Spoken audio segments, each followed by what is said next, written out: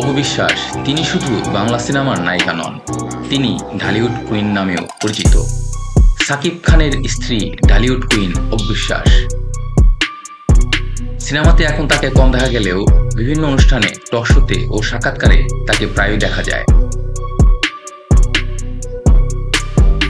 সম্প্রতি কাউকে না জানিয়ে তিনি নাকি গিয়েছিলেন কলকাতায়।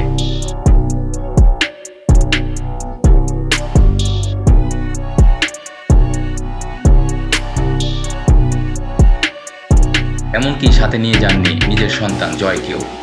নিজের মায়ের পরিবারের কাছে রেখে গিয়েছিলেন জয়কে। তার চেয়েও বড় ঘটনা, তিনি ছিলেন কোথায়?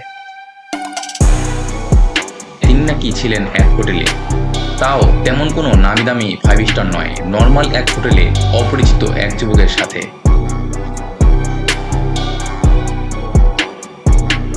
হায় হায়, কি শুনছি?